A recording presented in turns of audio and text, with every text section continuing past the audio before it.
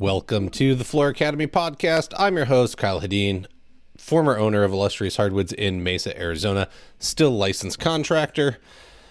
And with me this week is Sarah Thelen of Thelen Construction. She came up as a framing carpenter, finished carpenter, sorry. Let me get this all straight. I can read notes and they're off to the side and I'm not even looking at it. She started her business in 2017 handling remodels, and it's really a passion for wanting to bring unique and creative ideas to life, and her technical understanding has been able to make them successful.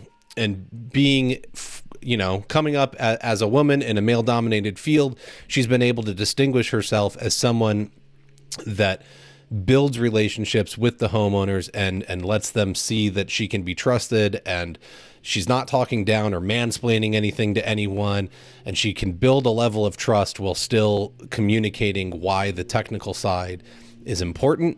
And that's what's really allowed her to create her business. She's also CTI 1848 as of December 2022. So shout out, like, that is a huge accomplishment. Not easy. We're still, I think we're just over the 2000 mark now. Maybe we're right under it. It's but there's not a lot. It's definitely, I've watched a couple. It's not an easy task to complete and get certified. So congratulations on that. We're going to be talking about firing clients today. And I don't think enough contractors know how to do it. We're afraid of it. It sounds really scary. Like you're in the middle of a project and you're going to tell them that you want to step off the project and walk away. But this is why contracts are so important. They have natural breaking points when you set up a proper contract as to, here's the demo part, here's like the first phase, second phase, third phase. And at any point we can say, I've completed X, Y, and Z. Pay me. I'm done. I'm walking away. Because situations can get out of control really quickly, whether there's, I've had clients try and dictate the materials used, the schedule, and how it's going to be done. And that's just not, why are they hiring you as a professional if they're not going to let you dictate the project as a professional? And so there's lots of things that can kind of happen in all of this. And we're going to go through it. She had a rough go of it with a repeat client, a set of homeowners, where they came back, they hired her for another project, but they wanted to GC it themselves. They got a designer involved and they kept deferring to the designer, and it just led to this disastrous situation that was stressing Sarah out and making it miserable to work on their project, which, if we can't enjoy what we do, why are we doing it at all? And so we're going to dig into that, what happened, what the results were, and we'll have conversations about how that can change moving forward, what we can do to control situations like this, all of those fun things.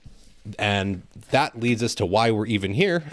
Thanks for, listening in so far, but Floor Academy is your source for business knowledge every week. We are having these conversations that deal with the behind the scenes, sitting at the desk, figuring out your numbers, figuring out management styles, learning about profitability, trying to come up with new marketing campaigns, all of that stuff that doesn't happen in the field while you're actually producing the revenue. We're figuring out how to manage the revenue and make it yield more successful results for you. That happens every Wednesday, as I said, with a new episode. Find us on YouTube, your favorite podcast of choice, and you can check out flooracademypod.com. We also got a shop over there, so you can pick up some swag, t-shirts, hoodies, all that fun stuff, some stickers. And you can help support the show at patreon.com/Floor Academy. Even $5 a month goes a long way in helping me to continue to produce the content that you get every week. Don't forget to learn more if you want to take your business to the next level. We offer mastermind groups where we put 5 individuals that are business owners into a group, and we actively set goals and hold you accountable to reach those goals, move your business forward, and you are getting feedback from other motivated business owners competing in the top 1% of this industry that all want to move themselves forward. That everyone is vetted. You don't have to worry that you're going to get in a group and people aren't going to be doing what they need to do. Guaranteed, anyone that signs up for these groups, I've already talked to, already know what they are all about. And if you are ready to put your money where your mouth is, then it's for you, because that's where the rubber hits the road and it'll start making things happen. So you can check that out on the webpage as well. And we've got a quick word from Cronus, and then we will have Sarah introduce herself. And we're doing it. Check out YouTube. We got a new way of doing ads around here, at least for Cronus we do. We got a visual that goes up. If your flooring business is giving you headaches, Cronus is the remedy you need. Cronus Flooring Business Manager is an easy-to-use and affordable solution that simplifies and streamlines your business operations, managing everything from leads and inventory to scheduling installations, all in one user-friendly platform. What sets Cronus apart is its comprehensive suite of features, ease of navigation, and full integration with QuickBooks. Don't let your business be a headache. Choose Cronus for a smoother, headache-free business management experience. Visit cronusoft.com/academy to schedule a demo. Cronus, fast relief for your flooring business headaches. The link is in the show notes. Go ahead and check that out, folks. They are great folks over there. It's built by a flooring retailer for the flooring industry, so they actually understand your problems, and they are open to suggestions and feedback on their product, as well as having conversations with you about your individual business and needs and helping you move forward as well. Whew. That's getting long. Right. All right. Sarah, welcome to the show. Who are you? What do you do? And why do you do it? Hi, my name is Sarah Thelen. I own and operate as Thelen Construction, LLC. I guess the why not what is kind of one of those weird questions. Is I like the why do I do what I do? Okay. Because I love taking old things or broken down areas and giving them life again, and I love watching the homeowners' expressions kind of work through that process and also bring what they hate, be like, oh my God, I actually think I might love this space now. So that's kind of something what I love to do. And that's why I do what I do. So I do a lot of interior remodeling, but I also do a lot of weird projects where like a homeowner might come up to me and be like, hey, I kind of doodled this on a napkin. Do you think you can make it happen? And I'm like, yeah, come up with something, whatever. Well, So, and you're not in the most forgiving of environments either, correct? and Nebraska is interesting. You get every season of every terrible season at the same time. So, yeah. Yeah. Well, and the snow's not easy there. It can get, your winters can get a little rough. Yeah, I see. I don't mind the snow. It's the cold temperatures. I know Montana probably gets way worse, but we had -34 for a few days, and you're just listening to your house creak and crack, and you're like, "Oh my God, please hold." Okay, so that's going to lead to some interesting construction solutions as to how do I Yes. handle these freeze thaw cycles, and what can I Yep. do on exterior walls, and Like that's expansion joints are a real thing here because it happens. I got the exact opposite problem, right? Everything's so hot in Phoenix, we need the expansion joints and nobody puts them in. That's fair too. No, I like it, and it's a approach of. Oh, so as I stated in the intro, and you gave me with finished carpentry that you started with, and male dominated field, and I Yes. think, which always leads me to believe that one of the reasons why I love seeing women in this industry is that it makes sense, and that's because 90% plus of buyers are women. They're the decision makers in the household. They know what they Right. want, right? They're going to make I want this design and I want this material, and you throw a bunch of men in there, and it's really uncomfortable because we just don't understand it. And so I think that's a huge advantage for you, being the owner of the business and then going and being the face and being able to be out there and doing the work. But how did that work for you coming up? Did you find that to be a struggle? Did it annoy you? Were you always one of the boys per se, and so the foul Kinda. mouthed, nagging and picking on you because you're a female, like it just didn't bother you? You just gave it right back? So I do have two older brothers, so that helped a lot. But no, I mean, growing up, I never was into the frilly things. I never was into, I wanted to be outside playing with my hands, playing with the dirt, so it wasn't more or less they kind of, let me into the situation. I kind of just walked into the situation and said, I'm going to be here, deal with it. You know, I didn't Perfect give attitude. room to them to turn me away. I think that's the best attitude to have. Like if you want to be there, then go and own it. Don't the minute you have doubt and you don't think you belong, Right. they're They're gonna going to sense eat it and they're you gonna alive the minute you're like, yeah. oh my God. Yep. Just own it. If you want to be there, be Yep. there. And take Yep. it for everything it's worth. And then I think did you just play along with the games that they had for you? Did you ever let any of it I the dudes can did. get really offensive really quickly Yeah. towards women. There was a situation in college because I do have an associate's degree in building construction also. And I was, one female out of 22 men in that class. And there was one situation where, they're like, do you want to report this? And I'm like, no, I think he got what he deserved, but they also chose not to report me either. So it was kind of a mutual understanding, but it Hmm. also stopped immediately after that. So I don't know. The guys gave that other guy a lot more crap than I ever gave him after that situation because he knew he took it too far. There you go. And that's good. I like the other men stepped up and said, "No, dude, you can't do that. That's not cool." Right. Which is Yeah. good. Like that's the way society should work, and I don't know that it always does on job sites. So that's good to hear that there's, traditional things still happen in the way society is Yes. supposed to function. We're still functioning. It's not as bad as the doom and gloom you see on the news. It We're is not not. as No. we're not as lost as that. All right. So walk me through this project, right? Firing clients. And this was a hard decision. I mean, you made a post about it, you were getting advice. This was not something that you came to lightly on how to do it. And it was also a repeat client. So just kind of like walk me through where this even began and what kind of started transpiring so that we can get an idea for the situation. So obviously I had remodeled probably most of their house by this point, and now we finally got to the basement stage. And they kind of mentioned they're like, "Hey, I think we'll handle this time to kind of take some stuff off of your plate, but I think we can handle it either way." I'm like, "Okay, well, if you have problems or have questions, let me know." Just trying to be nice. Hmm. But then they would go and pick stuff out, and I'd be like, "Hey, I'm just letting you know that flooring's kind of crap." Like I did checked out the warranty, checked out the install.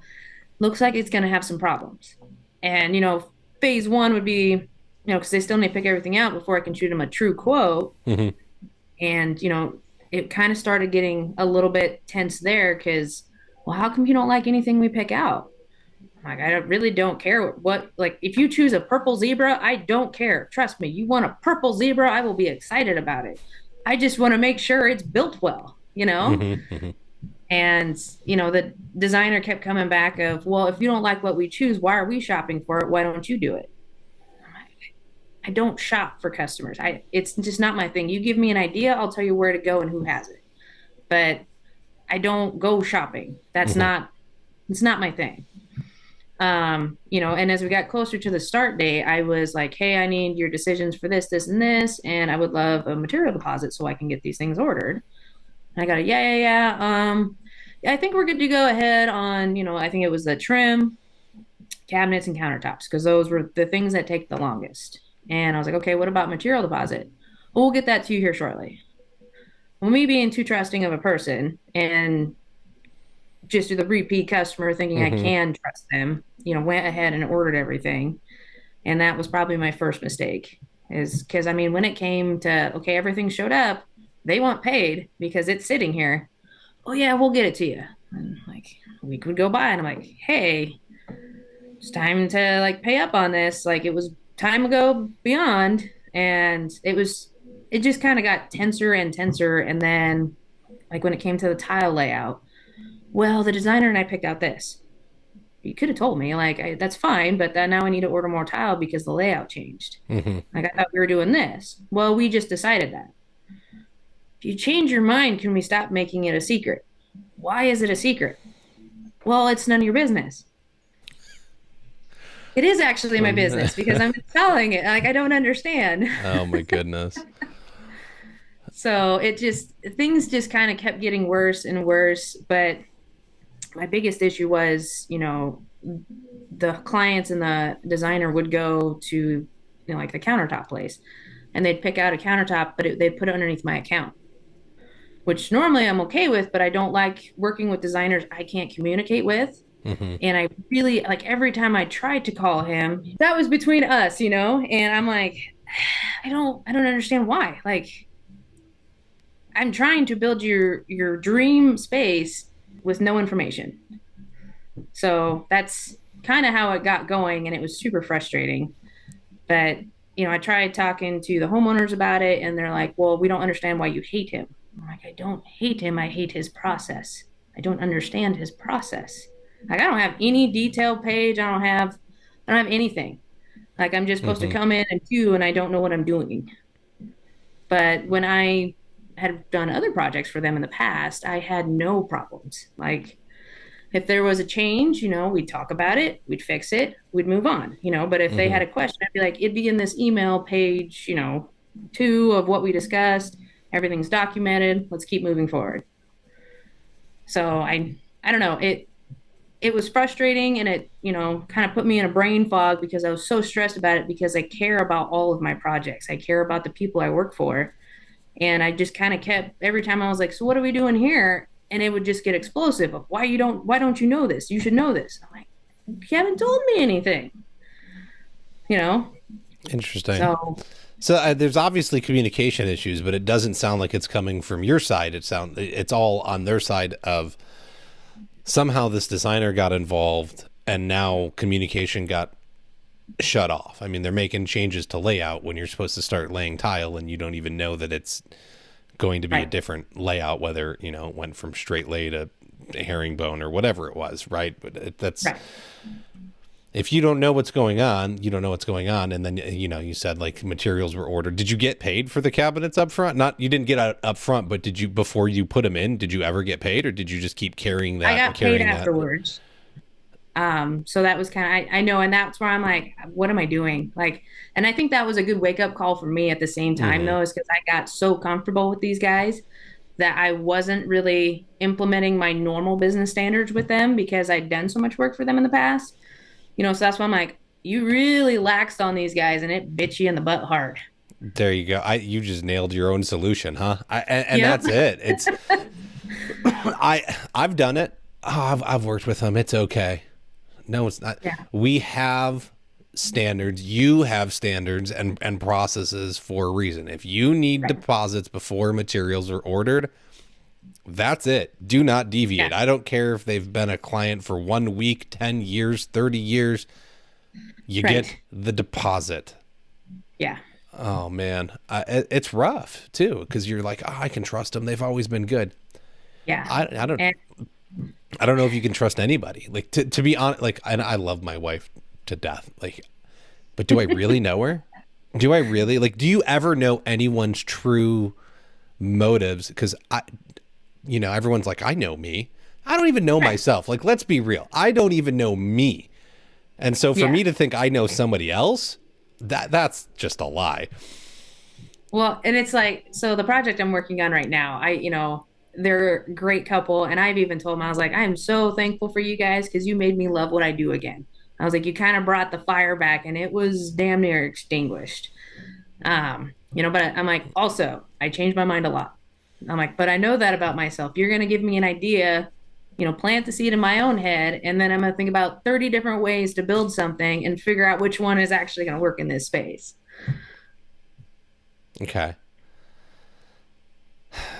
But I mean, to me, that's a good thing, right? But again, like there was communication at that point.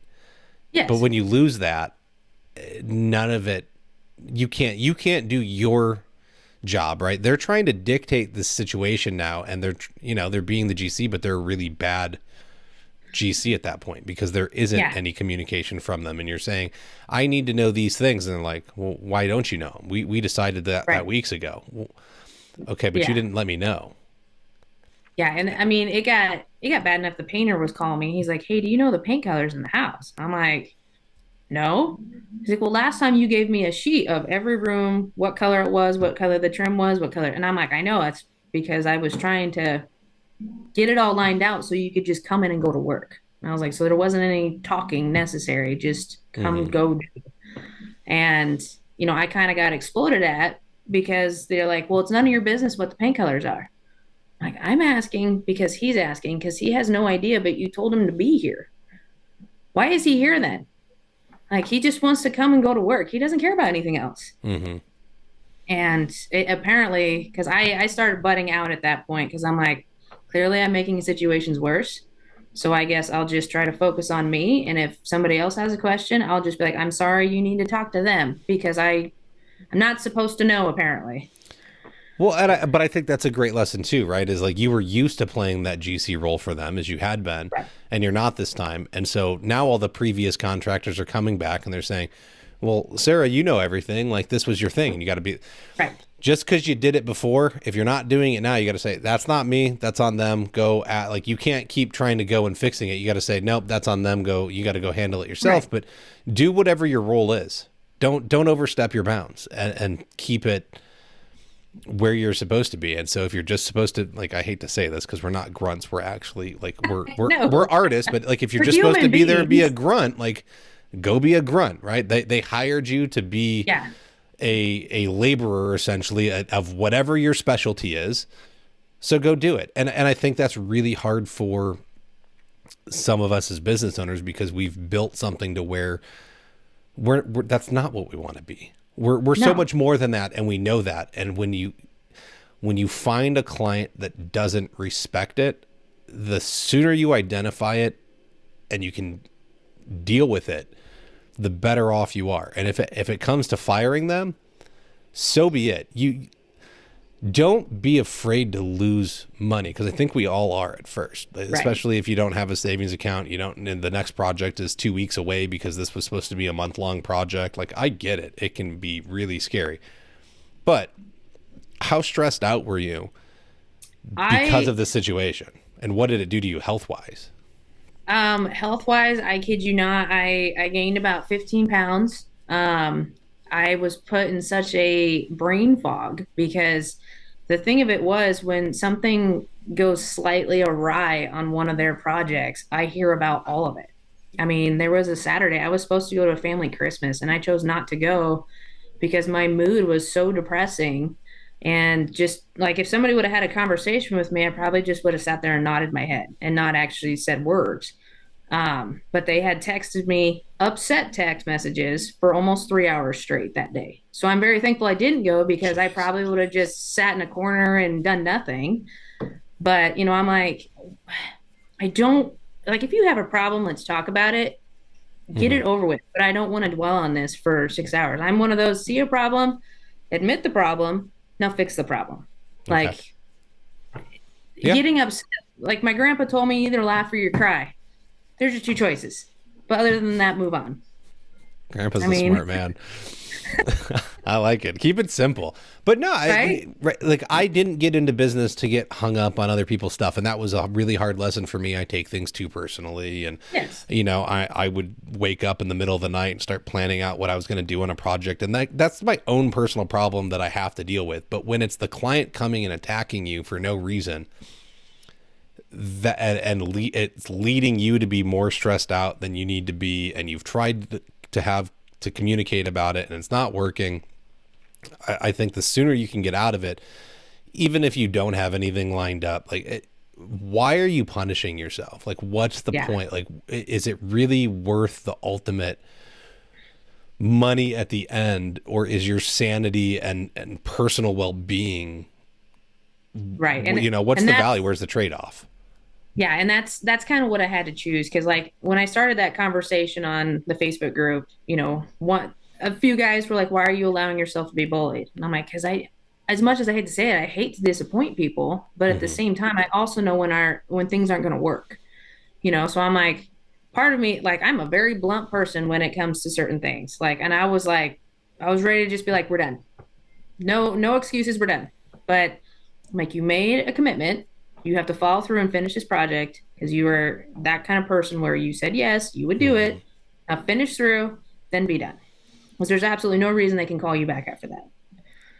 You're right, and I think a lot of owner operators are that way. That's why we're in that position. Is we take pride in what we do. We know we're going to knock it out the park, and if we take something on, we're going to finish it. However, Right. I think this goes back to like what I said in the intro about contracts have natural breaking points, and Yes. if it's not going well, all I got to do is get to that point and say, you know what, this is not working. And at least for me, from the flooring side of things, right? Okay, we've got, I'm going to agree that it costs X amount of dollars to do something. So I can come in and I'm going to charge you a materials deposit and I'm going to deliver your materials. Right. If I see something at that point that I don't like, I can say, you know what, this, you own this stuff, goodbye. So there's a Right. good time. Then we go to demo and I've got to rip everything out of the house. Okay, well, I can rip everything out and I can finish that and then say, we can, evaluate the subfloor and maybe they don't like the quote to make it flat. All right, well, I'm not going to do the work without doing it. So I'm going to step away at Right. this point. Okay, cool. And so then you can do the install and then you could get to like doing finish trim and then by then you're complete. But like there's different phases. And I think we need to have that built in and be ready to walk away when we see problems. And again, don't be afraid. What are they going to do? The best example I have is I knew better, and I've told this story before. I knew better than to work on manufactured homes, so Okay. trailers, because the subfloors are always wonky in my area, and nobody ever wants to spend money to fix them. And I took one more on. I was like, yeah, it'll be fine, no big deal. Well, it Yep. wasn't, and so I get it all pulled up, and I, you know, go and tell them, I'm not gonna. It's way more than what I'm willing to take on by myself. Like we need to get a like actual framer in here to do the subfloor repairs. Like I'm not comfortable doing that much. Well, framers don't want to take on that work, so they're struggling to find people.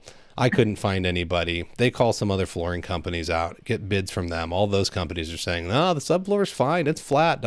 It, it wasn't. I mean, I put a straight edge on it and showed them where it was, more than three Yeah. sixteenths and 10 feet and all this fun stuff. And I was like, you know what, if that's what you need to do, that's fine. I was like, I don't Yeah. trust it. And, let me, and they also said that they paid too much for the flooring and yeah, I marked it up more than usual, but we all agreed if you didn't do your due diligence, like I didn't put a gun to Yeah. anybody's head. So yes, the material was more expensive than it usually would have been, but it was a small project. It was 2 bedrooms. So I was trying to, bulk up the deal and they were upset. And I was just like, you know what, here, we're gonna you hire whoever you want to finish it because I don't believe I can do the work and I'm not going to take on that liability. Right. And you can keep the material. Yeah. I'll send you your money back. No problem. So I gave him the material and then she's reaching out and she's like, but you did the labor. Like we owe you something. I was like, you don't owe me anything. I was like, Right. it's my gift to you on your project. I'm sorry for the inconvenience. And I walked away and I think, out of pocket, it was probably like $800 for the material. And I was there maybe 5 hours or 6 hours with like ripping out the carpet and stuff from the bedrooms. Right. Big deal. Cause I didn't get a bad review and I never saw them badmouth me on social media or anything where they found me. And so it was, for me, it's the cost of doing business, but how many Right. successful deals had I had leading up to that point? And that's why we need to Right. know what we should be charging and how to be profitable, because I was able to buy myself out of that situation. It wasn't a big hit. I didn't Right. care. It was, this is not working out. I got to get out of this. I'm going to make them happy. And that was the best solution. And I think this is kind of, you were kind of in the same boat of this sucks. I don't like it. Nothing's working out. Yeah. And Like well, we you were had just on a pride. different lane. Yeah. Yeah. It was easier to walk away. And so, ultimately how did you come to the conclusion to say, no, this has got to stop? It was honestly when, so I have other customers that projects were coming up and they're like, hey, have you looked at this yet? And I'm like, "God, I've been staring at it for the past 4 days and I just can't form a thought. I can't. And I talked to a good friend of mine and I was like, I think I need to just cut them out of my lives from now on because I want to keep doing business, but with this thought and this problem going on in my head, I'm stuck. I need to move on. And she's like, cut the cord. It is just time to clip it. Hmm. And I'm like, okay, and we just had a lot of good talks since then. And I've attempted to talk to the clients that I've had issues with, and it's a little bit different when you go in because I had just one thing left, and I was like, okay, I'm gonna go in and finish. But like when you walk in the door and somebody looks at you like your soul is burning in hell, it really makes it uncomfortable. Yes. So it's like, okay, you want me to keep coming back to this house, but yet for the same reason, I am not welcome in your house. Why am I here? Like at this point, I feel like we both mutually agree neither one of us wants to be here. So that was the last time I went there. I was like, no, I'm done. Like I'm done getting treated like this. I quit being a subcontractor for the same reason right there. Mm-hmm. I don't want to be a robot. I just don't want to be a thing in the system to make things happen. I want some personal interaction. And that was it for me. It was honestly the last time I went there, and it was a terrible feeling. I didn't like feeling that way. So it's like I'm done. If I already had heard, because I have a family member that lives in the same area as them, and she got a hold of me and was like, hey, she's kind of bad mouthing you. And I'm like, oh, cool. Anything bad, And she's like, well, she kind of is telling her side of the story. I'm like, okay. I mean, technically none of it's a lie. And I was like, she just tends to put it in a terrible way. Mm-hmm. But it's is what it is. I figure if she's gonna talk bad about me, then there's no reason for me to go back. I mean, Yeah, if I you can't have that understanding, it's tough. I wanna dive deeper into that. I'm gonna interrupt us okay. real quick, and we gotta get a quick word in from John's Manville, but then we'll talk about how to deal with the negativity coming, because it can affect your reputation, and I think it's important to. I think a lot of us are overly worried about what our Mhm. reputation is, and so we'll dive into that in just a second. Compatible with all GoBoard products is the new GoBoard membrane. If you're asking why a membrane when GoBoard itself is waterproof through and through, the answer is simple. A membrane extends your GoBoard installation for mud pans, steam rooms, and shared walls requiring a fire-rated board under waterproofing.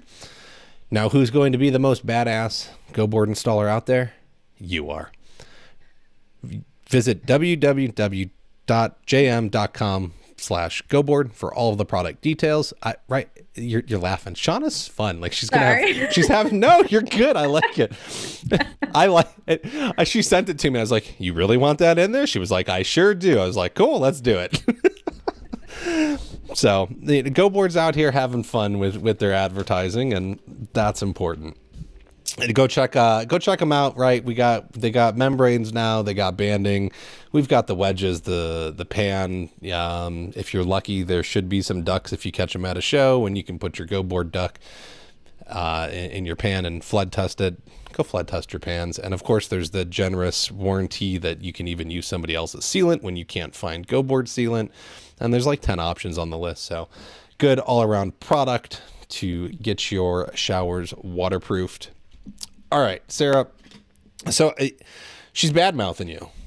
Has anything come of that? Have you heard any clients or heard anybody that hasn't gone with you, or did you get a bad review anywhere? Not that I could see. I mean, that day where, they were texting me for 3 hours, at the end of the text message, she was like, can I post something on social media? I'm like, well, I'm going to be honest with you. I'd prefer you didn't. I'd prefer you left our problems that we had between us and not, explode it to the world. Mm-hmm. But at the end of the day, I can't control anybody's actions. You choose what to do and you choose how to do it, and Mm-hmm. she was very apologetic, because she's like, I didn't mean that, we really respect you and all that. And I'm like, I don't feel the level of respect when you text me that long and put me through all this kind of crap, you know? It's, Yeah.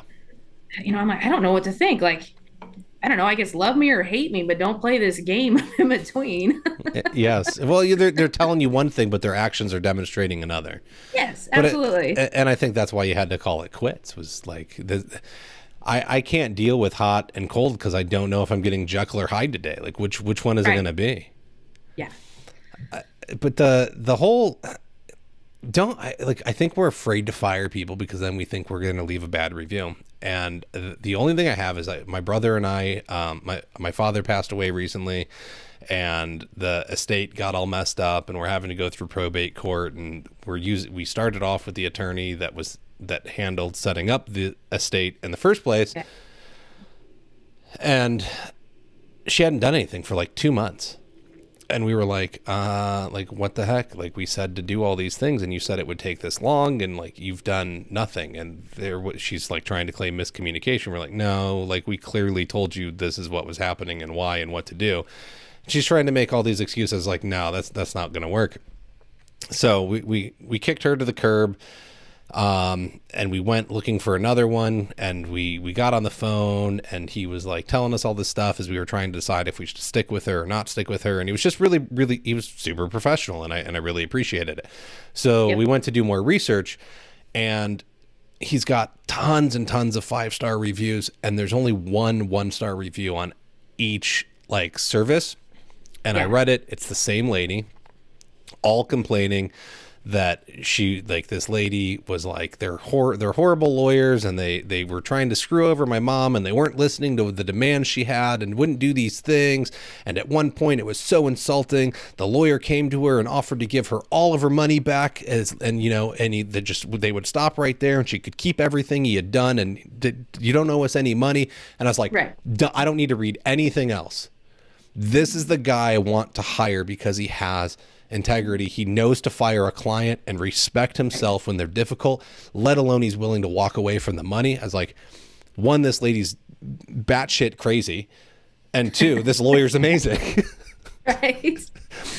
And I think that's it. I told the story. I did the same thing. I was like, I'm not dealing with this situation. I'm not going to be talked to like I tried to take advantage of people, or that I was not doing something properly. Like, I knew where I wanted to be and how I wanted to run my business, and that's the decision I made. And so let's get out of it. And if you can't have that with somebody, then I don't think it's worth stressing yourself out. And that's what this lady was doing to you. And if she would have left a bad review, or if she is out bad mouthing you in the community, I think people generally see through, like, no, you're kind of nutty. Like, Yeah. I think it was you that was the problem in this situation, because Sarah has like great review. I've never heard a bad thing about her, and now you're the one saying, like, it just kind of.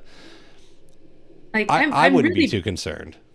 yeah, that was kind of like, part of me is like, I'm always honest with my clients of, if you've got a problem, you see a problem, you don't like something I'm doing, please tell me, because I'm not going to change what I'm doing, or, change how I'm acting unless you say something. And I'm like, because I'm obviously a very habitual person, but I'm staring at something for so long that I might not be seeing something else. Mm-hmm. I was like, if we've got a problem, don't be shy. Like, this is your house. This is your place.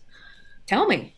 Like, if you hurt my feelings, like, I probably was trying too hard. Like, let's be honest. you know but I'm always about, like, if we do have a problem, let's have a conversation about it. I don't want to get screamed at. I don't want to get yelled at. I don't like pent up anger, like, Yeah. because it just leads to terrible things, and a lot of things you can't take back. And so it's just one of those, I always try to let people know they can always talk to me. If you even want to talk to me about how terrible your day was at work, I will listen. That's just what we do. Mm-hmm. Mm-hmm. But I think that's building a normal relationship with people. And that's, again, it comes back, like, I don't know that I've ever really had, the only clients I ever had problems with was when communication went sideways. Right. And once it's really weird in that once the communication breakdown happens, it feels like it's nearly impossible to bring it back. And I think it's because trust is lost almost immediately, because one thing gets taken out of context or misconstrued. Right. And that's another reason where I think we have a lot of verbal conversations as construction workers, and it's like, hey, I'm going to explain this, I'm going to need more money. Here's a change order, like, we'll just deal with it at the end instead of, documenting it all. Well, then you go to do it, and then you go to get paid on it, and they say, Whoa, what? No, this isn't what we talked about. Well, no, this is exactly what we talked about. And I think that's Right. where keeping a stack of change order forms on your, dashboard that you can fill out very quickly and get Mhm. paid for immediately. Don't do the work without doing it. If you have a conversation, follow it up with a text message or an email and Right. just say, hey, this is me communicating with you about what we just said. I want to make sure everybody's on the same page and nothing is misunderstood, because the minute you put it back to them, everyone can read through it and say, Right. oh, no, that's not how I understood part C. Right. Let's figure this out and talk about it again. And then it's documented and everyone is on the same page. There's nothing to argue about. And is it going to take you a couple extra minutes? Yes. Sure. But is it going to save your butt and make Hmm. everything a lot better? Sure. And it sounds like that's, something was going on between them and the designer to where there wasn't communication, nothing was documented, it wasn't getting passed on, and it It just was led to very miserable difficult. results. Yeah. Yeah. And I hated kind of like bringing the painter into it, but at the same time, I was like, dude, like, do you have answers yet? And he's like, no. Like, what are you doing here then? Like, Mm-hmm. leave. Like, you're not getting paid to just paint the same wall 4 times. Like, you gotta move on. I mean, I hope he is if they picked four different colors. Yeah, that's true, but Yeah. I mean, but yes, I'd rather have one color and get it right the first time. So yeah. So, it's, I mean, how do we, what changes moving forward for you? I mean, I'm definitely going to stick to my own standards of, obviously the material deposit. Once everything is chosen, I won't order it otherwise. I mean, I know some people feel uncomfortable about doing the extra, like, okay, well, we gave you the money. How do we know it's actually ordered? I'll send you the order ticket. There's no problem with that. Mm-hmm. Do you want it delivered to your house or do you want it delivered to mine? Because I don't care either, you know? Um, but I think going forward, just kind of sticking to my standards and then just making sure that line of communication is always open. Like if somebody tries to butt in and kind of shut it down, just being more open and being like, hey, if you want to include them, that's cool. But let's make it like a three-way conversation then, instead of just me, you, them, then back forth. And I was like, the phone game never worked as a child, so I don't really know why it would work as well, as adults. Yes. So Yes. I agree. Something was broken too, right? Or got damaged on like the countertop or yes, something, or it was the wrong color, or um, they changed. What was something it happened was there? yes. So the countertop was ordered and like probably a week before they got delivered. She was like, "Can we change this?" And I'm like, "No, like this was ordered 12 weeks ago for a reason because it's had to be special ordered in. Like there's no change in this." Mm-hmm. And she was, a little disappointed. And then when it did actually get dropped, like the first thing she said was, "I don't like it." And I'm like, okay. And then it became, "There's something wrong with it." So, bring the countertop company back out. They put a cleaner and sealer on it. And then it was, well, there's still something wrong with it. Like, I'm not paying for this because there's something wrong with it. And that's where I went, why didn't I get that material deposit? Because we wouldn't really probably have this conversation if I had gotten that material deposit. Mm-hmm. And so the countertop company's fighting me. They're fighting me. And I'm like, I don't know what to do here. Ended up replacing it. They paid for that top, but not the replacement top. That was their trade off. So I ate the cost to replace it just to get this over with. Again, I think you've been Because I, plenty I was, profitable. You've made money. You're not struggling. I know that it sucks, but yeah, sometimes buying your way out of it is better. But yeah, I think had you had the money, right, would that have been way better, and she would have thought better of it? Sure. And you could have, now no, you paid for it, you signed off on it, you right, approved all this, like no take backs. That's what the contract says. It's special order, right, no take backs. yeah. But they kind of took it to a whole nother level because I fought them on replacing the countertop for free because I'm like, somebody has to eat this. Like I respect my guys enough through the countertop company that I'm Mm-hmm. going to pay them. They did the work. But the countertop company also they had to cut the edge of the drywall to get a seam together because it was in a weird L-shaped seam and they were struggling. So I allowed them to do that. Mm-hmm. Talked to the painter, was like, "Hey, can you fix the drywall damage?" And he's like, "Yeah." but then he never ended up fixing it, which, as we all know, if there's a problem in the house and you don't fix it right away, it's going to become a very tiny problem to a very massive problem. Yes. And that's exactly what happened is, I got that, oh my God, I can't believe you let them damage my house. You let them ruin this. And I'm like, really didn't let them do anything, it just kind of was that was the situation, but I don't know. I was like, to me, it's fixable. Paint drywall is such a fixable thing that why freak out about it? Mm-hmm. But Because so there's any number of little things at this point to freak out about. yeah, I'm already upset, so now the little thing becomes a really big thing very quickly, and I just yeah, want to be now I'm going to be a Karen about everything because I well, can be. and that's what I was found out. That's what my family member told me. She's like, she said that you let them damage your house. I let them cut the hole in the drywall, and slide the countertop in, and then slide it back. Yes, you are correct. I did let them cut a hole in the wall. I fixed it when they told me that, the painter didn't fix it. I Hmm. literally fixed it that day. And I was like, this really isn't a big deal. And it just kept getting worse. Like every time, we'd come down and talk about it. Well, this looks like crap. So we have to do this now. And I'm like, I told you I wasn't a professional drywaller. I thought it looked decent. But, Hmm. I'm like, but now you're focused on it and you're pinpointed on it. No matter what I do, it's never going to be okay to you. So it's like, I'm like, let's just move on. For the love of God, just move on. Uh, yes, and I mean, what do? You go and fine. I'll let me pay the drywall guy, the painter, whoever. Like, tear it out, do it again if that's what's going to Right. make you happy, right? Again, like I like being expensive so that I have the money to throw at problems when they happen, right? If the worst thing that happened was if you could have gotten a 50% gross margin on the first countertop, then hopefully the second countertop was the roughly the same Right. price, and you didn't make any profit, but you didn't lose any money. You may have lost money on the tear out and reinstallation, which if again, if there's a 50% gross profit on that part of it, then you break Well, even. And so that's where lesson that learned. respect, yeah, that's where that respect level kind of went away when, because I was like, you guys have been such good customers, like shower door, the countertops, all that. I'll go straight across with you guys. Let's, you've been that great with me. And then they pull this little stunt, and I'm like, you do realize most companies like mark up beyond what other subs are selling them to you for. So you guys tell me you're not wanting to pay for this. I'm eating it straight out of my pocket because I didn't mark this up.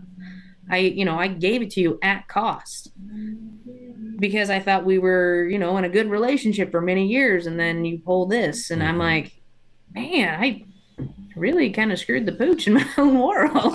Well, but even better, like lesson learned, right? Like I'm in Yeah, business to make money, and I just because we've developed a friendship doesn't mean we don't there's not a business relationship, and business right. is business, and personal is personal. And Yes, if you can't handle there being a distinguishing line, then I don't want the friendship anymore. I'm sorry. Like I can't, you can't have your cake and eat it too. We're going to do business over here. And when that's right, done, then we can go hang out and have a drink and be friends. right. Yeah, like, And it's tough. yeah, it was tough, but like I said, I'm happy that I cut the ties, but at the same Hmm. time, I'm kind of looking forward to more interesting projects. So, Hmm. I Well, mean, it gives you a whole new perspective moving forward as well. Of yes. this is what I need to do. This is how I can handle it. This is how I avoid it. I think a lot of times we get naive. Like my first couple years went really smoothly. I didn't have any major issues, Yes. and then I had something happen. I was like, whoa, okay, like there's a wake up call. Like I didn't even know that could Right? happen. And you kind of get your ass handed to you, and Yeah. okay, let me reevaluate. Like I was getting a little too lax at this business thing, and Yeah. I got Things to were step going my just game a up. hair too smooth. Uh-huh. Uh-huh. So Yeah. what's it look like? We're gonna do some projects. We're moving forward. So how do we kind of talked about it, but what else are we changing, or what are we implementing on top of just better Um, communication, better contracts, making sure we get deposits? So I'm also vetting people a little bit more. Last year I actually started implementing it, but I'm obviously going forward going to implement it a lot harder. I'm going to ask the odd questions that might make them feel a little bit uncomfortable when I go to meet and maybe, like look at their projects. Hmm. Because if our personalities are going to clash, let's just stop right there. Because if we can't talk because, your personality is very explosive, mine's kind of extremely laid back, you know, we're not going to work. I think you should just find somebody else. Well, what are you thinking? What's questions that would make them uncomfortable? Well, Make just me more or less, uncomfortable, Sarah. Come on. okay. Like, okay, I've learned that a lot of dudes actually prefer the toe kick or the little toe shelf to scrub their underwoods a little bit better than females do to actually shave their legs. They actually don't care. Okay. So, I asked strange questions like that, like, what are you putting in your shower? Like, what do you plan on using this space for? What are you using this shelf for? Like, is it just this, or are you got to be able to get a little bit higher or put your foot a little bit higher to do some strange stuff or Okay. Oh, I like it, but it's normal, right? To me, yeah, like these are great questions because I don't. A lot of people go in and they sell a shower, and I'll give you 3 or 4 walls, whatever you need, and we'll put a yeah, door on it, and there's a place to put your soaps and razor, and we'll call it a day. And you're looking at it as to, okay, there's a problem here of right, like I can't scrub my junk, and maybe I right, need my foot 3 inches higher, right?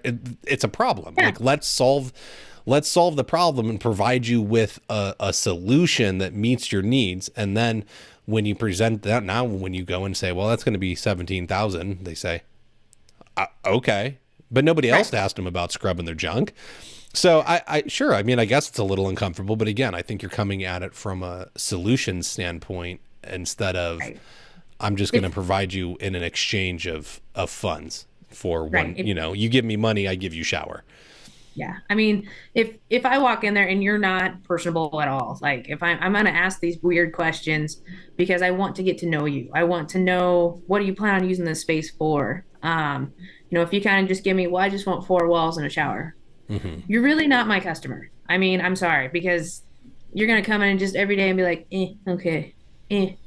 I don't go for the effect. I Yeah. want to be like, ah, Okay. Yeah. Yeah. it's what I try to shoot for. So Yeah. No, I want people that are excited about the project and they can see the progress. They respect what I'm doing. They understand and that they watch the development of it. And it's not that right. they're getting in the way. I think a lot of people get nervous when clients want to watch or stand over their shoulder and, see what's going on and they start asking questions. Man, what do I care? They're paying Yeah. me, right? That's what I'm there for. Like I'm the one with all the knowledge. I'm happy to share it. I don't think that Mrs. Smith or Mr. Smith are going to ask me the question and the next day I'm going to come in and they're going to be beating me, in the morning Yeah. to the trowel bucket and they're like spreading out thin set and laying floor and they're going to be like, "We don't need you anymore. You told us everything we needed to know yesterday. You're fired. Goodbye." That's not going to Yeah. happen, man. As much as like if Mr. Smith is some kind of corporate vice president of communication for some kind, like, man, I don't know what he does, right? I'm going to ask him Right. questions. What do you do? Why do you do it? What's enjoyable about it? Like, Yeah. that's all they want, man. They're just asking you what you're doing and why. Like, it's Yeah. just normal conversation. What do you have to hide? So Yeah. I like it, go like, if let's be personable, let's be able to get along. What kind of questions can I ask while I do this so that I can prevent bad issues from Right. developing, right? If you can't communicate with me now, then I don't expect you to communicate with me in the future. And that's where it gets really Right. ugly. That's not what I want. Yeah. I mean, I've told homeowners, I'm like, if I'm going to try and steer you away, I think we should go. And I was like, but if I'm way off the beaten path, just tell me. Like Hmm. hard pass, not going to happen. And I've had a few where I'd start talking about it, and they're like, you can tell me hard pass. And I was like, we can change the direction of the design at any time. Just Hmm. hard pass me and let me think of something else. Yep. Which is good. And right, maybe you're not the best fit. And I think that's what you don't have, just because somebody calls you doesn't mean you have to take their project. Right. That's the best Yeah. part. Like, I don't have to do it. I want to go and be excited about your project, and I As much as you want to do it. Right. And as much as you vet me as a contractor, I'm vetting Hmm. you as a person too, as a homeowner. Like, is Hmm. this going to be a good person to work for? And do I know I'm going to get paid? Are we going to have a ton of problems along the way because you really don't know what you want, or you're going to be listening to your friend who's telling you, well, we did it this way. Good. Cool. That's the way you and your contractor wanted to do it, but please stop. Like, we got a thing going on. Yeah, that's not how we do things over here. And if that's what you want to do, again, this is a perfect time to say, I don't know where the breaking point is in right now, Mhm. but if this is the way it's going to be, we can get to here, and I'm going to have to stop because I'm not like, this isn't how, X business does business, and Right. I lay that out there all the time. Illustrious Hardwoods does not do business this way. If you're not willing to do the subfloor repairs, then I Yes. will have to stop. I will need to pack everything up. I will go. I'll leave you with a couple recommendations of other companies to call, and you can Hmm. do that. And it wasn't that I was trying to scare people. I wasn't trying to force them to do it. That It's was me just being real about where my business was at. If you can't right. communicate with me, if you can't agree to the terms and conditions, then we can't do it. And it's no different, right? If your doctor needs payment up front for something or whatever, like, you can't walk into Target and walk out with a product without paying. Right. Like, so why do we think, and it was my business practice to, like, you shouldn't have to pay for something until you can see it. And so the labor would get paid at the end and never had any issues. Could it have? Sure. Like, I Yeah. totally understand people wanting to have, like, okay, I've completed phase one. I need another 20%. I've completed phase two. Mhm. Here's another 10%. Like, I get the whole, like, phased payment plan kind of thing. But again, it comes down to, at the end of it, like, I'm going to dictate how this runs. Like, you hired me as a professional, Right. and if you don't let me dictate how this goes and you don't follow my process, Right. then If you have you're not a client outside, for me. right, and if outside sources are telling you I don't need to be doing this, well, then maybe those outside sources need to be doing this. Why am I here? Hmm. Like, I'm going to do it my way because I know it works. Or, if you got something better, present it to me and I'll think about it. I'm not just going to ignore you, but it's just one of those. It's like we need to just kind of stick to what we do, be open to different ideas, but if somebody's coming in saying, well, you're wasting money doing this, trust me, I'm not. This is being done for a reason. Hmm. Like I'm preventing a problem in the future. Yeah, if you can't trust me as the professional, this relationship isn't going to work. And I'd love to know, right? And again, I think it comes back to the communication of going back to the client. And if it's the designer doing it, the painter doing it, another, who's saying the bad things? And let's all go sit down, right? Let's sit down. Let's Yeah. have a conversation like adults and figure out what's the deal. Like, why are you saying that I'm doing it wrong, right? Okay, so you say that. Well, here's my big book of knowledge, and it says I can't do that here, here, here, here, and here. Would you like to keep going, right? And I'm not trying to be a dick, and I'm not trying to make them look stupid, but I'm going to demonstrate that I'm doing it this way for a reason, and that I have to do it this way or it's not going to work. Yeah. And if they still don't like it, again, the door's not a scary place, in my opinion. Right. I mean, I had a drywaller come in on a project and they told the homeowner behind my back that what I was doing was overkill, extremely unnecessary, and that it would like because it was a shower install Hmm. and the it would leak. They're like, what that system doesn't work, it will leak. You'll have all sorts of problems. So I'm like, okay, and the homeowner's very scared at this point. Oh my God, will it leak? And well, I plan on doing a flood test anyway. And I'm like, let's just leave it in there. And I left the water in there for 2 weeks. And like the drywaller, because she made sure the drywaller came back a few times. And each time she'd be like, yeah, that's still not leaking, by the way, just so you know. Okay, good for her. Like, I got no problem doing that. Just kind of prove the point Hmm. inadvertently. That's funny. Good for you. You turned her back on your side and made her make the drywaller feel like a fool. I like it. You stick to drywall. That's what you know, and you might not even know. I mean, there's another problem. Like, do you even know drywall? Like, should I go get the drywall book and start pointing out all your flaws? Like, not that I want to, but Right. dude, stick to what you know, right? And Yeah. that's Stick to your corner. I'll stick to mine. Yeah. all right. Anything else that kind of happened in there that we didn't touch on, or advice that you would give people in dealing with these situations, or how to move on from them? I think having a good community of friends was probably the best thing that really helped me out in there because the conversation with you guys through Floor Academy was great. I think Megan Rank's comment probably struck me the hardest of I don't like it when people upset my soul. And I'm like, well, that was a really good comment, and a good community here in Omaha. I kind of explained the situation to a few of them, and each one of them was like, dude, you gotta go. Like, you need to walk away. I'm like, well, at least I'm not insane thinking I also need to walk away. Mm-hmm. Like, it's just tough sometimes kind of cutting that cord and trying to keep that relationship personal and professional different sometimes, but Yes. it needs to happen to also move on as a person. Look, I don't think life's supposed to be easy. Business isn't supposed to be easy. We can put everything in place to make it as easy as possible, but we all got feelings at the end of the day, and sometimes they get hurt, and it sucks, and it's not fun. But we have to have a way to manage them and control them and keep them where we need to go. Because finishing that project would have continued to make you miserable. You didn't want to hang out with your family. You missed a Christmas event. Like, not cool. Yeah. Yeah. No way to be. Very good insights. I love it. I think that's why this whole thing exists, right? As I went looking for the advice, and I have built a community around it. We all need people. That's as people, we need people. That's just the way the world works, and that's part of being a human being. I don't care how introverted you are. You need people. Yep. Yep. We're all And gonna help each other.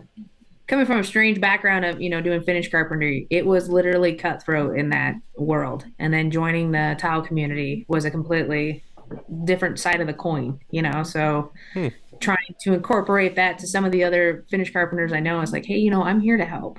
You got a problem, you get yourself in a pinch, just give me a call. Interesting. The people within the flooring, tile, stone industry, all very cool. Absolutely love them. Have found more of them more willing to share than anything. I know that there's people that are like, oh, it's my information, I'm taking it to my grave. I'm like, whatever, man. You're just not for me then. That's cool. But to hear that, like, there's probably a good finished carpentry group somewhere that's open, right? But like locally, apparently it's not as great, and you probably weirded them out offering that, but hopefully it makes a change, and it lets people know that, look, I'm here to help. Like, whether we do business, not do business, like, I want you to succeed. And then they're like, whoa, Right. that's Oh, different. oh yeah, trust me. He was like, "Are you feeling okay?" I'm like, "Dude, I'm just letting you know I'm here for you. Like, you got any problems, just give me a call." That's awesome. No, good. Look, it's awesome to see that communities can be developed and nurtured and grow, and people can change. I think that's one of the hardest things, is that a lot of times we're just like, no, nobody's ever going to change. But there's people that are super outspoken about the CTI. They went and took the CTI, and now they're like some of the biggest proponents for it. That was a butt kicker of a test. That it is. It ain't no joke. It's 25 square feet. It's outdated. It doesn't. Go take it. Put your money where your mouth is. Go take it. Go see how you feel about it when you're done. Stop dissing it. What do we got here? I think that's going to do it for us, folks. I think we be willing to fire people, man. It's not that scary. It's not. Once you ripped the Band-Aid, was it really as bad as you thought it would be? No, not really. I mean, because if somebody brings it up, I will ask them, do you want to know my side of the story? Because obviously you've heard theirs, but if you're willing to talk about it, I'd love to talk about it. Mm-hmm. And I think that'd be, if somebody brings it up, I obviously will talk about it, but yeah. I think that's all you can do. And you just, let's be fair. Let's stick to the side. No name calling. Let's stick to the facts and Yeah. do it professionally from a business standpoint. But again, like, do it. Pull the Band-Aid. Get it ripped off and move on, and your life will be so much easier without the stress and doing it. I had somebody, I should have walked away from a project, and finishing it up was miserable. Like I dreaded going there. The client, like we were talking and everything was fine, and then we weren't talking, and I'd show up and he would already be gone, and he wouldn't come back until after I left. And I was just like, I had no idea if he was happy or upset, or like I knew he was upset about where the communication broke down, but had no idea what was going on. I just kept moving forward, and I was like, I have no feedback, and this sucks. Like it sucked to show up and work all day and not know if you were doing a good job or not. And Right. got through it, got paid, never heard anything back. Apparently they're happy and fine, but like, Okay. okay. Like, but it was hard. It was hard to get through, and it sucked. Yeah, because I mean, then you go home with that sense of doubt every day, whereas opposed to, man, I feel accomplished. You're like, shit, Hmm. I need to redo all this tomorrow? Yep. I think especially dealing with trades that are very like into instant gratification. Like that's one of the reasons why we like them, is like, I feel good. Yay, look what I did. And you go home and you're just like, well, yeah, I put down 400 square feet, but I sure don't feel happy about it. Like if you're Right. questioning, if your client is making you question your sanity, it's a bad relationship. Get out of it. Yeah, It's not a good for place to be. sure. Okay, what do we got? Let's talk about Tice. We got a quick word from them. Stay connected, continue discovering, learn more, and network. Now available, you will want to access the International Surface Events new resource library. Flip through the digital pages of the Tice resource books to source products, take tailored journeys through Tice event offerings, or watch, rewind, and share Tice recorded content from the event. Available now online at intlsurfaceevent.com, or click on the link in the show notes. You'll even see this podcast featured inside the Tice 2024 textbook, offering select recordings from this year's amazing event in Las Vegas. Don't forget to put it on your calendar for next year. Go book out the dates, mark off your calendar, make sure you get there, come and network, enjoy all the people. And man, I'm serious. I'm going to talk about this all year. They got puppies. They got puppies in a booth, and you got to go and play with them. Walking So around that Kyle's show gonna is be in the hard. booth full of puppies. I knew it existed, and I just never went. And I brought a camera buddy with me from my time in reality television. He was my camera guy this year, and it made my life absolutely phenomenal, not having to be producer, camera guy, talent, like and like wear all the hats. Like it removed a very big hat from me. And we walked by, and he was like, "Oh my God, they got puppies," and he's like huge into animals.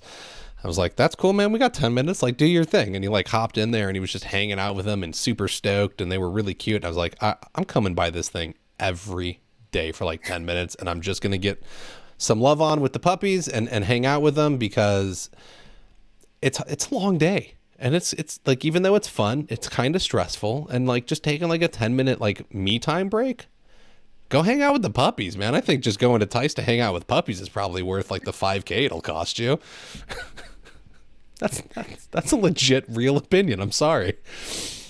So yeah, and then you can like learn about flooring and make some connections too, and probably improve your business. But puppies, and I think they're adoptable.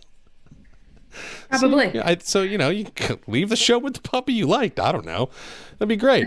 What do we got? I think there's that. Again, you can learn more at flooracademypod.com. Check out the shop. Get files to help you improve your business, whether it's my business budgeting calculator to help you figure out your day rate or how much you should pay somebody, or you can do some job costing. We've got an equipment tracker so that your insurance guy will hate you if you ever have to file a claim, because you will have everything documented with pictures, prices, serial numbers.